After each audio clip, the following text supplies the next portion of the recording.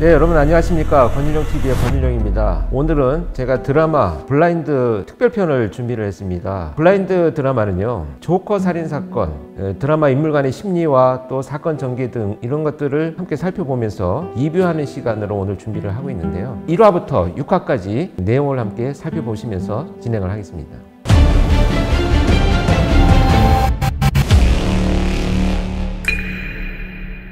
자, 간략하게 스토리를 소개하겠습니다. 경기도 무영시 비닐하우스 인근 개천에서 20대 여성의 시신이 발견이 됩니다. 범인은 입술 가장자리를 칼로 찢어놓은 시그너처를 남기고 있는데요. 이 수사를 맡은 형사 유성준은 이 모습을 보고 굉장히 분노를 합니다.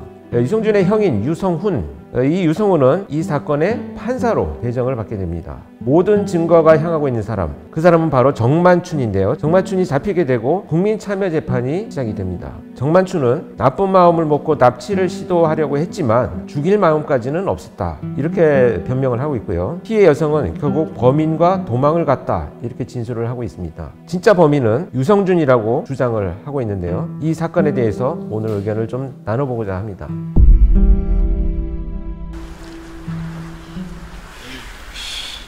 죽이려면 곱게 죽일 것이지. 왜 멀쩡한 입을 찌잖아. 이런 데를 어떻게 찾았을까? 시체를 저렇게 높은 곳에서 굴리면 똑바로 앉은 상태로 발견될 리가 없거든.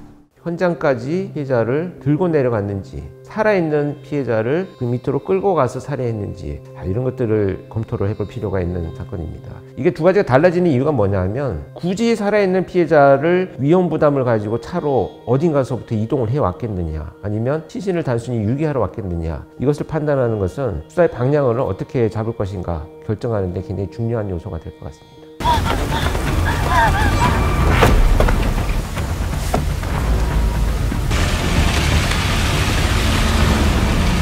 못 봤습니까? 예, 그 차에 타고 있던 남자 무형경찰서 류성준 형사.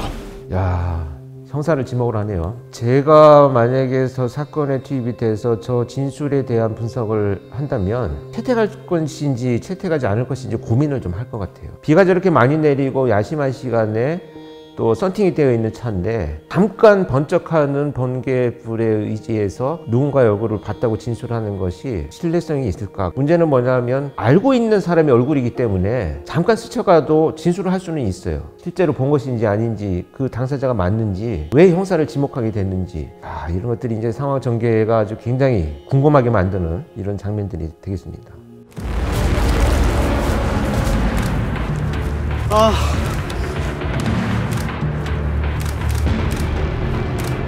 현장이죠. 여기가 현장인 것 같아요. 그런데 이 프로파일링 하기 위해서 가장 먼저 해야 될 것이 이제 현장의 피해자가 이동을 어떻게 했는지, 가해자의 공격 방법은 뭔지, 이런 것들을 시신이나 현장에 나타난 증거물을 통해서 재구성하는 것이 굉장히 중요합니다. 머리카락에 붙어있는 낙엽 하나도 아니 여기에 떨어져 있는 것인지 아니면 어딘가에서 묻어서 왔는지, 발에도 상처가 있는 걸 보면 넘어뜨리고 또 끌고 한 흔적들이 있어요. 무릎에 보면 짙은 색의 흔적들이 보이는데요. 여기까지 끌고 왔다는 거네요, 어쨌든. 야, 기괴하네요. 이거는 배심원들의 사진을 모아놓은 건가요? 염기남 서장 보고 있어. 당신 딸이 살려달래. 굉장히 구체적으로 자기의 지금 분노가 점차 증폭이 되고 있는 이런 상황으로 보여지고, 이렇게 손톱이 부러질 정도의 흔적들이 보인다면 오랫동안 피해자를 이제 가학적으로 공격하고 공포와 두려움 상황에 놓이게 만드는, 단순히 피해자를 살해하는 것뿐만이 아니고 자기가 받은 어떤 고통을 갚아주겠다, 이런 복수에 의한 살인을 예고하고 있는 이런 장면으로 보여집니다. 네가 뒷골목에서 애들 패고 다니는 거 볼 때마다 늘 조마조마했어. 그런데 오늘 문득 이런 생각이 드네. 네가 경찰이 된 건 다른 이유가 있어서가 아닐까. 일단 폭력성이 높다고 해서 당연히 어떤 문제가 닥쳤을 때 살인범죄를 저지를 가능성이 높다, 이런 것을 바로 연결시킬 수 있는 근거들은 사실은 없습니다. 폭력성이 높은 것과 살인을 저지르는 것과 연결고리가 있다는 연구들도 없고 실제 그렇지도 않습니다. 좀 고립되어 있거나 아니면 자기만의 어떤 환상을 갖고 있거나 적절하게 사회적 활동을 해나가면서 외부의 자극에 대해서 분노를 오랫동안 쌓아놓는 경우들도 있죠. 드라마에서는 동생이 이제 폭력성이 굉장히 높기 때문에 이런 범죄를 저지를 가능성이 있다라는 뉘앙스를 가지고 전개가 되는 것 같습니다. 또 싸웠네? 아니요, 이거 범인 검거하다 그랬어요? 자, 건배를 들자. 복지부 장관으로 지명된 나국희 여사를 위하여. 너 아무것도 하지 말고 가만히 있어. 응? 그게 네 엄마 도와주는 길이야. 아들 잘 부탁해. 이게 형제간에 저렇게 비교하고 뭔가 한쪽으로 너무 집중되어 있는 그런 가족의 형태들은 어렸을 때 폭력적인 행동을 하면서 자신이 갖고 있는 상황에 대한 어떤 감정의 표출들을 많이 한 이유를 좀 보여주려고 이런 장면을 만들었나 이런 생각이 좀 듭니다. 너야? 네가 그랬니?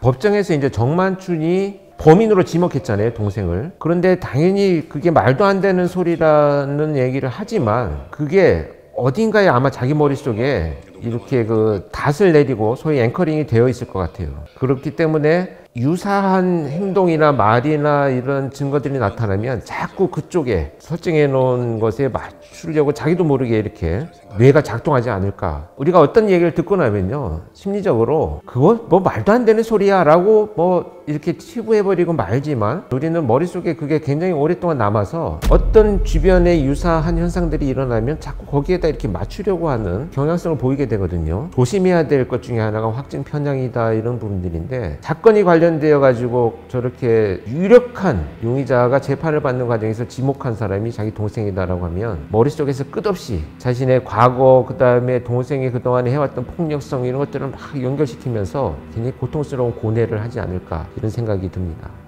8번 배심원은 뭔가 마음에 걸리는 게 있는 거죠? 나는 범인이 아니다. 믿어달라. 피고인이 그 말할 때 왠지 진심처럼 느껴졌어요. 그 우리가 상식이라고 생각하는 게 상식이라고 포장된 편견일 때가 많더라고요. 솔직히 여기 계신 몇몇 분들은 그렇게 생각하잖아요. 조선족이니까 범인이 맞을 거야.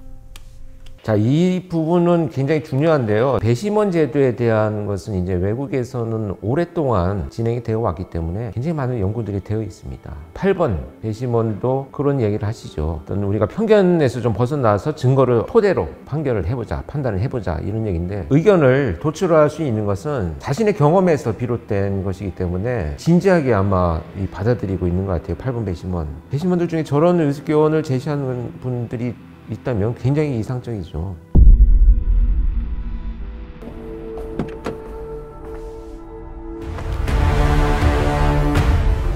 귀걸이를 발견한 저게 아마 피해자 거로 추정이 되죠.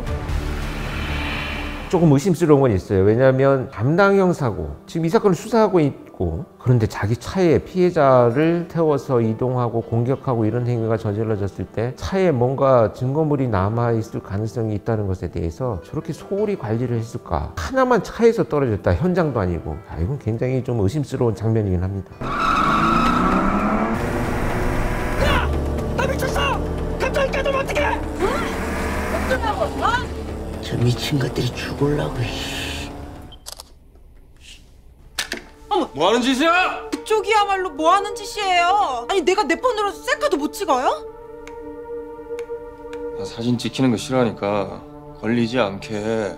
굉장히 화를 내고 욱하는 성격을 갖고 있는데, 예를 들면 이런 사람들이 있어요. 차가 끼어들었다고 해서 차를 세워놓고 뒷차를 마구 부숩니다. 그러고 나서 일정 시간이 지나면 사과하는 사람들이 있어요. 그런 사람들이 보통 이제 충동 조절이 잘 안 된다라고 표현을 하는데, 점점 이 드라마를 통해서 용의자의 폭을 넓혀가는 것 같아요. 인질극이 있던 그날 정만춘을 본 게 몇 시였어요? 밤 11시 50분이었어요. 그날 국민 참여재판 끝나고 배심원들 다 같이 회식을 했어요. 11시 조금 넘어서 회식이 끝났고 저는 최 기사님 택시를 타고 집에 갔어요. 집 앞에 도착해서 판사님이 보낸 문자를 받았는데 그때가 11시 42분이었어요. 첫 번째 진술한 사람의 문자가 온 시간이 굉장히 위협스러운 문자를 받았기 때문에 시간을 기억할 수는 있긴 하지만, 그런 질문에 대해서 저렇게 시간을 밝히면서 굳이 기억을 해냈을까, 이런 걸 본다면 조금 의심스럽긴 하죠. 다 왔어요?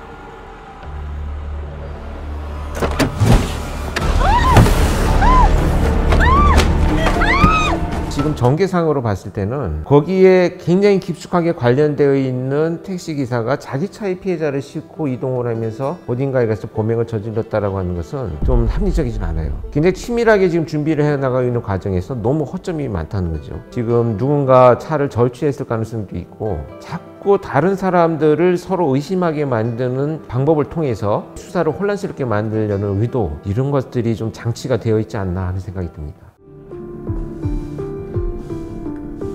폴리스 라인이 쳐져 있네요. 이거 뭐지? 혹시나 했는데 역시 너였군.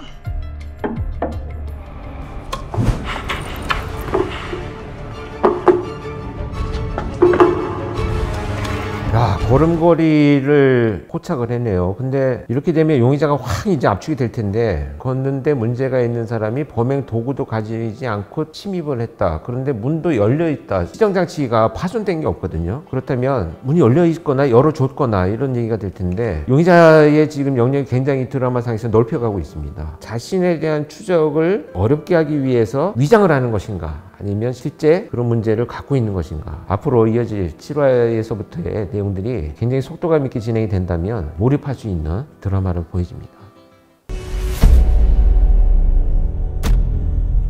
여러분, 이렇게 이제 블라인드에 나오는 사건을 같이 장면마다 짧게 설명을 좀 드려봤는데요. 블라인드는 현재 TVN에서 방영이 되고 있습니다. 금토일 밤 10시 40분에 여러분 만나보실 수가 있습니다. 티빙에서도요, 스트리밍 서비스를 진행하고 있다고 하니까요, 본방송 놓친 분들은 티빙을 통해서 시청해 보시는 것도 아주 좋을 듯 합니다. 블라인드 많이 여러분 시청해 주시고요. 저는 굉장히 지금까지 전개상으로 본다면 여러 차례 반전이 계속될 것으로 보여지는데 굉장히 기대가 되는 작품입니다. 오늘 영상 여기서 마치도록 하겠습니다. 여러분 고맙습니다. 아무도 믿지 말아요. 성준이도 나도. 다수장 컨테이너에서 피 묻은 청첩장을 이 세 명은 뭔가 연관이 있는데. 내가 누군지 알겠어요? 13번 정윤재.